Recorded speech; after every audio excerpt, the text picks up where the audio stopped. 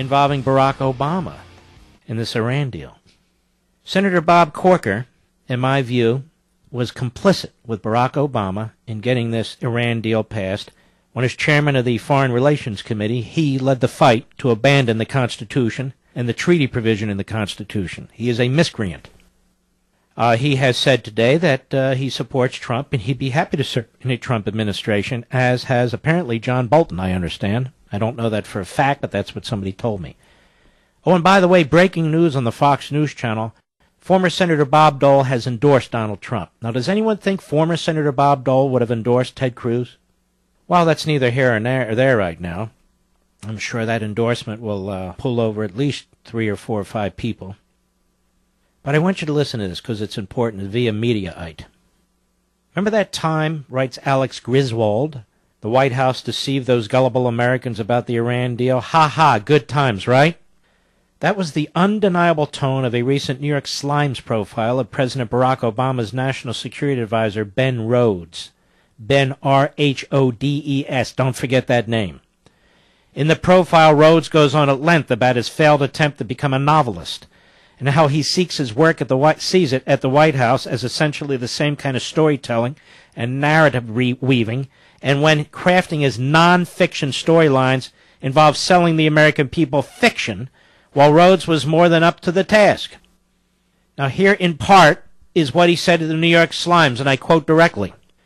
Rhodes' innovative campaign to sell the Iran deal is likely to be a model for how future administrations explain foreign policy to Congress and the public. Listen to this. The way in which most Americans have heard the story of the Iran deal presented, that the Obama administration began seriously engaging with Iranian officials in 2013 in order to take advantage of a new political reality in Iran, which came about because of elections that brought moderates to power in that country, was largely manufactured for the purpose of selling the deal. This is treason. This is flat-out treason. Even where the particulars of that story are true, the implications that readers and viewers are encouraged to take away from these particulars are often misleading or false. Obama's closest advisors always understood him to be eager to do a deal with Iran as far back as 2012 and even since the beginning of his presidency. In other words, Obama was always a sellout. Always a damn fool. Didn't matter what the Iranian regime did or does. In the narrative, it's from the New York Slimes, in the narrative that Rhodes shaped, the quote-unquote story of the Iran deal began in 2013 when a moderate faction inside, there was never a moderate faction, when a so-called moderate faction inside the Iranian regime, led by Hassan Rouhani, beat regime hardliners, these are all quotes, in an election, and then began to pursue a policy of openness, which included a newfound willingness to negotiate the dismantling of its illicit nuclear weapons program. The president set out the timeline himself in his speech, announcing the nuclear deal on July 14, 2015. Obama said the following: Today, after 2 years of negotiations, the United States, together with our international partners, has achieved something that decades of animosity has not. Now, while the president's statement was technically accurate, there had in fact been 2 years of formal negotiations leading up to the signing of the deal. It was also actively misleading because the most meaningful part of the negotiations with Iran had begun in mid-2012, many months before Rouhani and the so-called moderate camp were chosen in an election among candidates handpicked by Iran's supreme leader, the Ayatollah Ali Khamenei, a.k.a. the head Islamo-Nazi. The idea that there was a new reality in Iran was politically useful to the Obama administration. Now, folks, there are so many things that this administration has done that should have resulted in this man's impeachment and removal from office. To lie so blatantly to the American people about a matter so profoundly important, the arming of the Islamo-Nazi regime in Tehran with nuclear warheads to put on their ICBMs, funded by tens of billions of dollars of monies that have been held back from that regime, is incredible. By obtaining broad public currency for the thought that there was a significant split in the regime, you see there wasn't, and that the administration was reaching out to so-called moderate-minded Iranians who wanted peaceful relations with their neighbors and with America. Obama was able to evade what might have otherwise been a divisive but clarifying debate over the actual policy choices that his administration was making.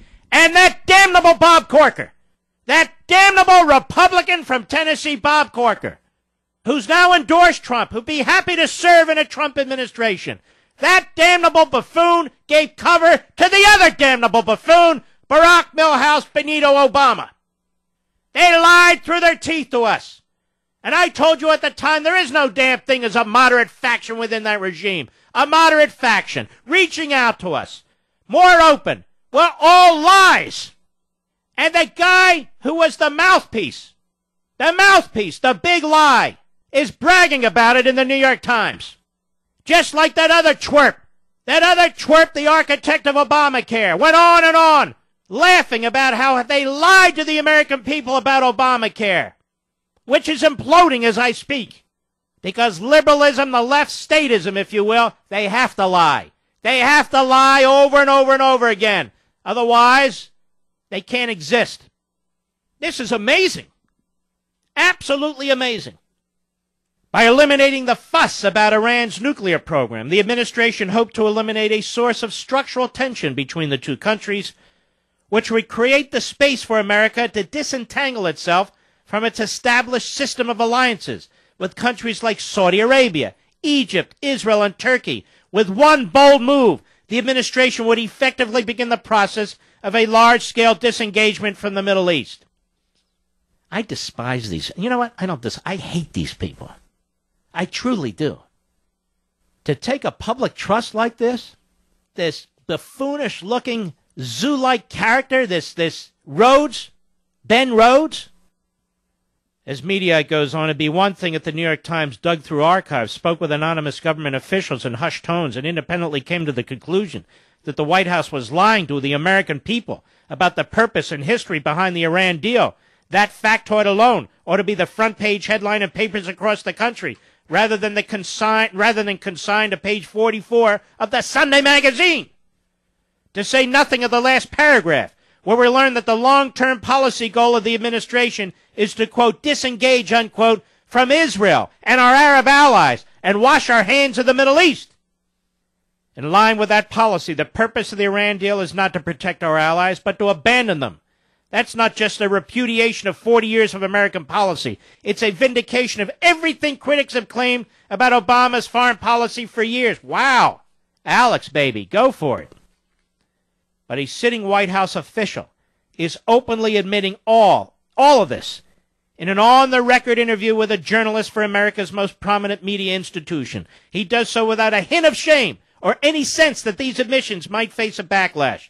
Rhodes' laying out of his many deceits reads less like a mea culpa and more like a comic book villain's monologue. He knows the heroes are too late to stop his plan. The arrogance and lack of accountability here is simply breathtaking. What galls me the most is that Rhodes wasn't talking about some retired talking points on a bygone issue. I guarantee if you asked Obama himself about the Iran deal tomorrow, he would rattle off all the same talking points Rhodes blows up here. Rhodes didn't admit the administration lied to us. He admitted that they actively lied to us. As it turns out, they have help. Rhodes told the New York Times all about how the administration propped up hundreds of foreign policy so-called experts for reporters to rely on, all of whom actually just parroted the administration's talking points. This from the New York Slimes. In the spring of last year, legions of arms control experts began popping up at think tanks and on social media, and then became key sources for hundreds of often clueless reporters. We created an echo chamber, he admitted, when I asked him to explain the onslaught of freshly minted expert cheerleaders for the deal. They were saying things that validated what we had given them to say. And there's poor Benjamin Netanyahu. Remember this? They were tapping his phones in his residence. They were trashing him when he came to the United States to speak to the American people. Obama treated him worse than anybody could imagine at the White House. They were lying to the American people time and time and time again about this Iran deal, and the media gobbled it up, the talking points. And by the way, this just shows you how Washington, D.C. works against the American people, against our allies, against liberty. And this is probably why Ted Cruz went to the Senate floor and had enough with Mitch McConnell and the whole damn institution and laid it out and called them the liars that they are. Well, he didn't get along with Mitch McConnell. So says Trump and his surrogate. Hey, can't get along with anybody. Hey, what's wrong with that guy? Meanwhile, Trump's out there today bad-mouthing all kinds of people that won't fall in line behind him. Oh, well. Worse. This guy, Rhodes' assistant, goes on to tell the Times all about how certain people in the media could always be counted on to help sell their their fictions. Not wearing my glasses. In this environment, Rhodes has become adept at ventriloquizing many people at once. Ned Price, Rhodes' assistant, gave me a primer on how it's done. This is in the New York Times. The easiest way for the White House to shape the news, he explained, is from the briefing podiums, each of which has its own dedicated press corps. But then there are sorts of force multipliers, he said, adding, we have our compadres. I will reach out to a couple of people, and I wouldn't want to name them. I can name them, he said, ticking off a few names of prominent Washington reporters and columnists who often tweet in sync with White House messaging. Price laughed. I'll say, hey, look, some people are spinning this narrative that this is a sign of American weakness, he continued. But, in fact, it's a sign of strength, I said, chuckling. I'll give them some color.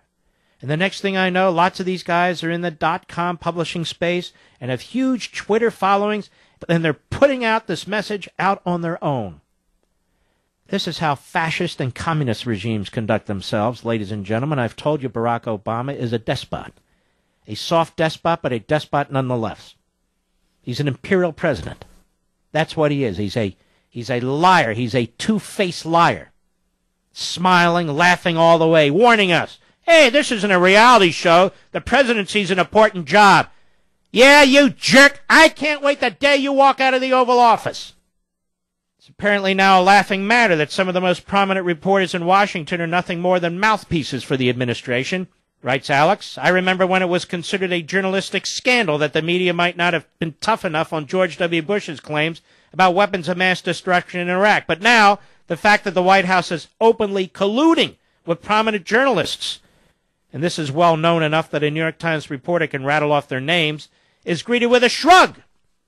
Despite these multiple damning admissions being published in a widely read national outlet, the Rhodes profile has been essentially ignored by the media. Conservative outlets like the Weekly Standard and the Washington Free Beacon have covered the story, but not a single major outlet has touched it. Again, it's hard to imagine a Bush administration official could have given an interview where they even implied they actively misled the public without it dominating cable and print news alike. Where the hell are you? CBS Nightly News, ABC, NBC, the rest of the freak show. Where are you? I'll tell you where they are. Nowhere. Because most of them, or a lot of them, have worked for Democrats, like George Stephanopoulos. Where are you, Chuck Todd? He says, I'm reminded of the initial apathy the traditional media had towards Jonathan Gruber. That's the point I just made. Another instance where a key administration ally shamelessly bragged about deceiving the public about Obamacare. They basically had to be dragged kicking and screaming into covering Gruber after more than 8 damaging videos spread like wildfire across conservative outlets. That's right, the lib media didn't want to cover that. Even then, the story received only sparse coverage until Republican congressmen held hearings on the matter. And they go on. This is why we despise the federal government, and we should despise the federal government. This is why we despise the media, and we should despise the media. This is why we conservatives don't give up. Period.